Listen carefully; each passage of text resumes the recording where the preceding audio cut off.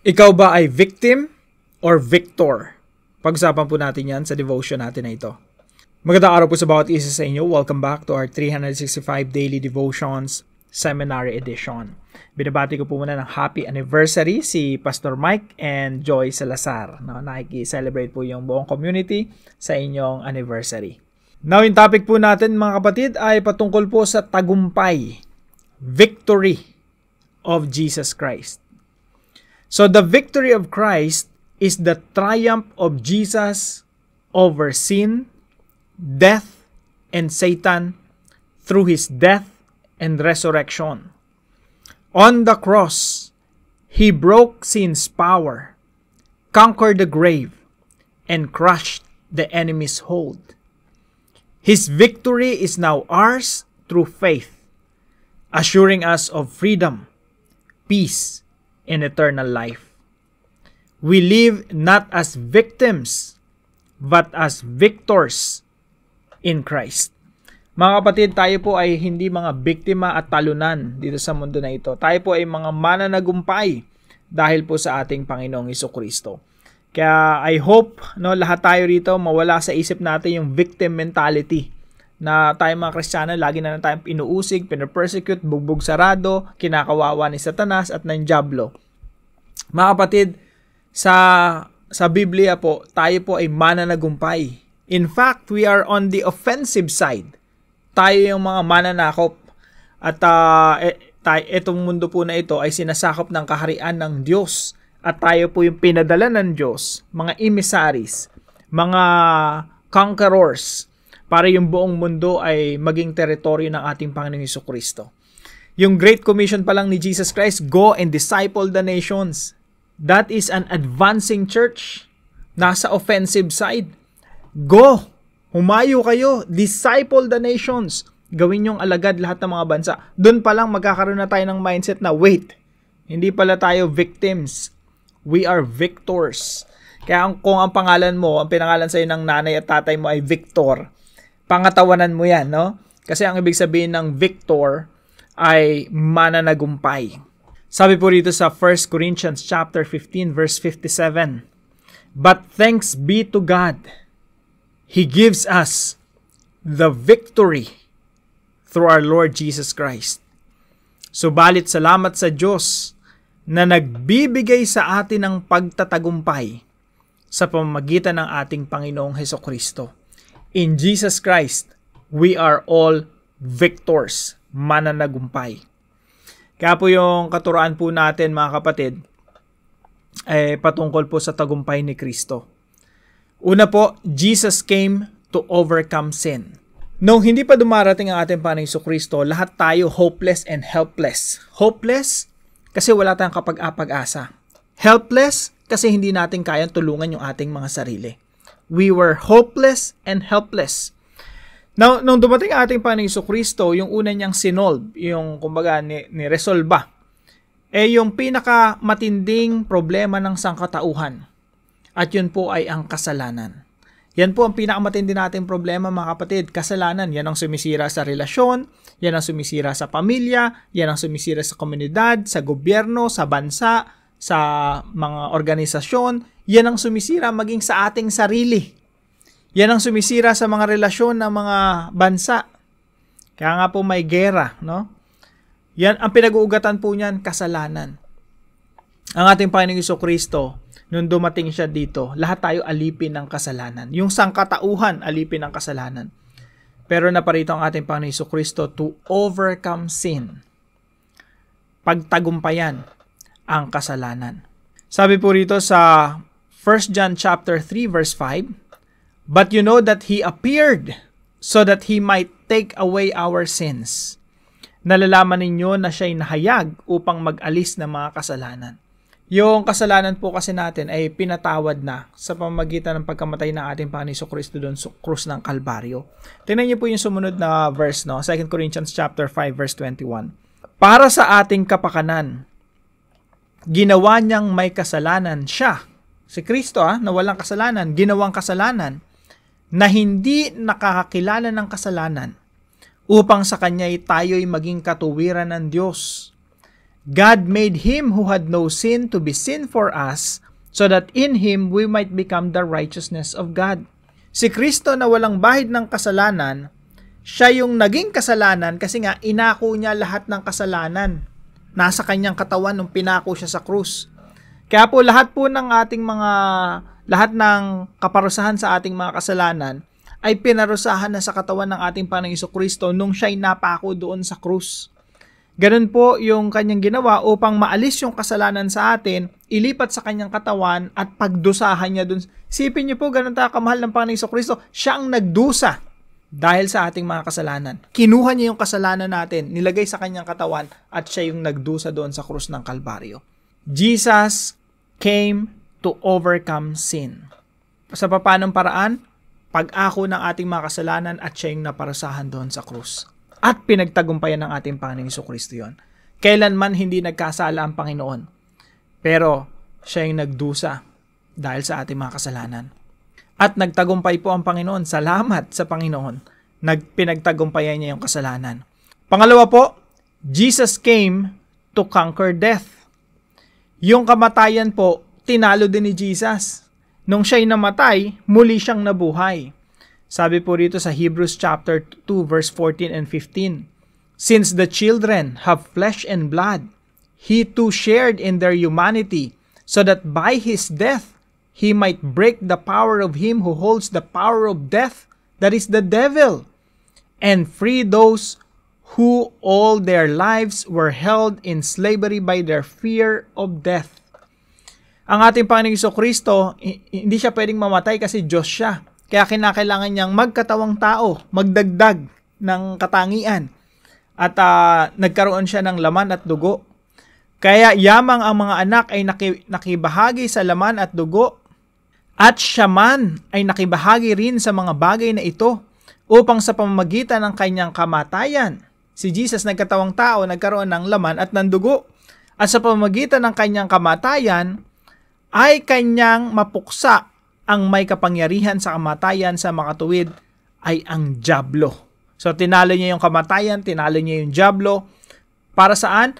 At mapalaya silang lahat na dahil sa takot sa kamatayan, sa buong buhay nila ay nasa ilalim ng pagkaalipin. Mga kapatid, sino bang hindi natatakot sa kamatayan? 'Di ba? Pero ako hindi na ako natatakot sa kamatayan kasi si Jesus pinagtagumpay na, muli na siyang nabuhay. Pinagtagumpay niya na yung kamatayan. So sure ako na pag namatay ako, bubuhayin lang din ako ng ating Panginoong Jesucristo. Same with you. Lahat ng mananampalataya sa ating Panginoong Jesucristo, tayo muli niyang bubuhayin.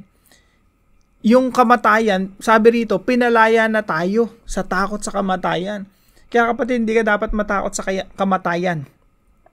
Minsan inisip natin, paano yung mga anak ko, pag nawala ako, mga kapatid, mas mahal ng Diyos yung anak mo kaysa sa pagmamahal mo sa anak mo. Kaya hindi mo dapat ipag-alala yun. Mas nagmamalasakit ang Diyos sa mga anak mo. Kaya kung ikaw meron kang karamdaman, iniisip mo yung mga anak mo, baby pa, maliliit pa, or yung mga apo mo, or kung sino man, huwag kang mag-alala. Kakalingain sila ng Diyos. No? At hindi ka dapat matakot sa kamatayan. Ang kamatayan ay pintuan lamang na kapag binuksan mo, ang makakaharap mo ay ang Panginoong Jesucristo agad. No? There's nothing to fear. Sabi po rito, and free those who all their lives were held in slavery by their fear of death. Pinalaya na tayo sa takot sa kamatayan. Jesus came to conquer death. At pangatlo po, Jesus came to defeat Satan. Sabi po rito sa verse natin, na mapuksa ang may kapangyarihan sa kamatayan, sa makatuwid ay ang dyablo. Colossians chapter 2 verse 15. And having disarmed the powers and authorities, He made a public spectacle of them, triumphing over them by the cross. Kahit si Satanas ay ginapi na ng ating Panginoong Jesucristo. So Jesus Christ came to overcome sin, to conquer death, and defeat Satan. Now, paano natin ito i-apply sa ating mga buhay? Number 1, don't live in sin. Claim Christ victory. Huwag na po tayong mamuhay sa kasalanan. Sapagkat ang kasalanan ay pinagtagumpay na ng ating Panginoong Jesucristo at tayo na mga nakay Kristo ay mananagumpay na rin laban sa kasalanan. Totoo na nagkakasala po tayo. Totoo na nakapagsabi tayo ng masama sa kapwa, nakapag-isip tayo ng masama sa kapwa, nakagawa tayo ng kasalanan. Pero bilang mga Kristiyano, hindi na po yan ang ating lifestyle. Hindi na po yan yung ating ipinapamuhay. Nagkakasala tayo, pero yung kasalanan, hindi na yan yung buhay natin. Kumbaga, hindi na natin ipinapamuhay yung maling pamumuhay natin in the past sapagkat tayo binago na ng ating Panginoon.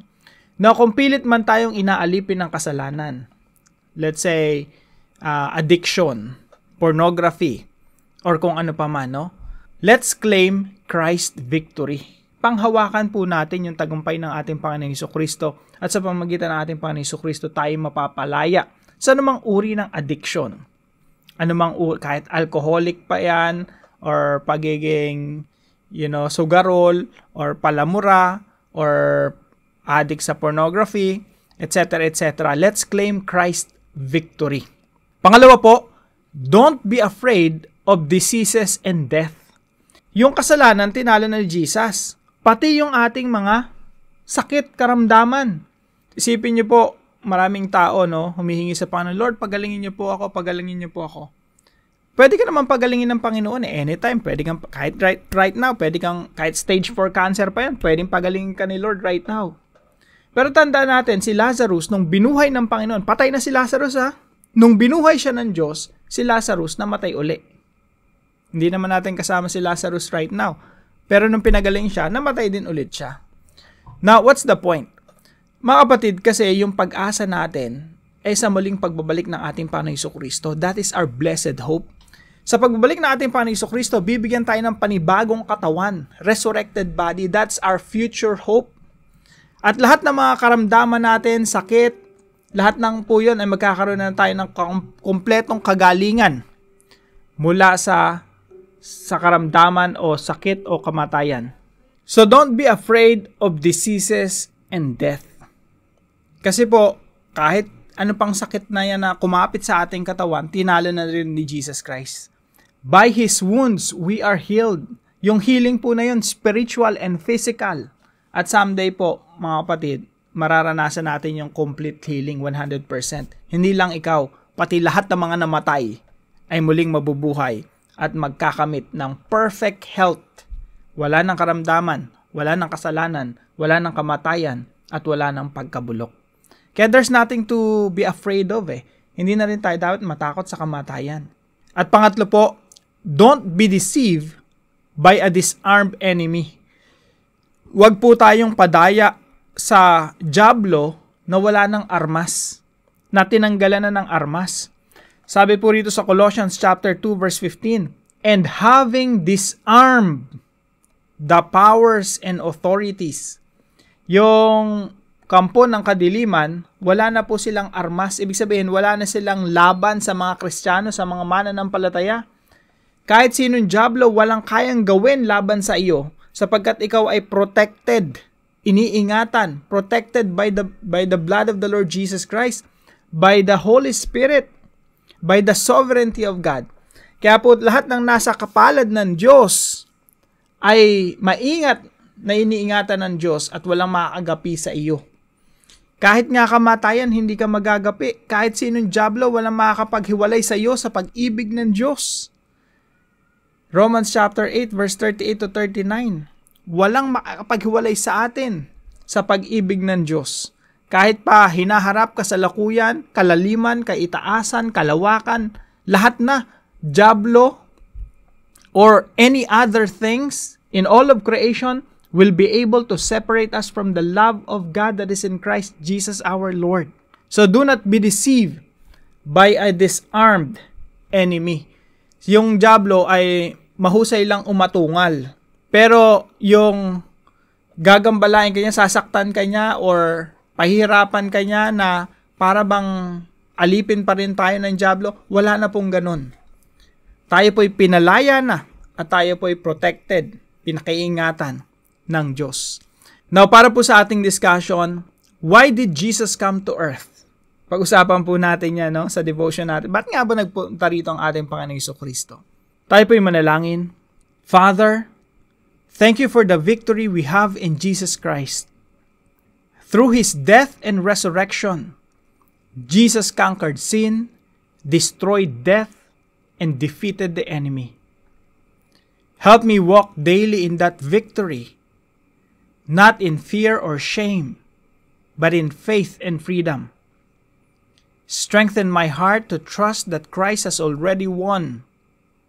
I live as more than a conqueror because of your love. In Jesus' name, amen and amen. Maraming salamat po sa Anonymous na sumusuporta po dito sa ating channel. Thank you po, pagpalain po kayo ng ating Panginoon.